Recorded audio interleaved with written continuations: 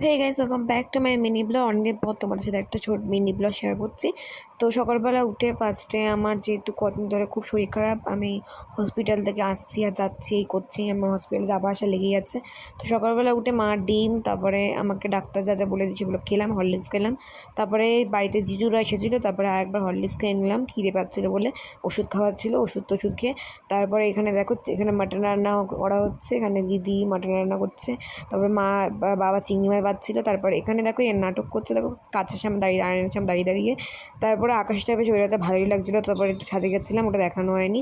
তারপরে দই খেলাম একটু স্নান টান করে ফ্রেশ ট্রেশ হয়ে। তারপরে আসলাম, এসে দেখলাম সবাই খেতে বসে গেছে, আমিও তারপরে খেয়ে দিয়ে নিয়েছিলাম।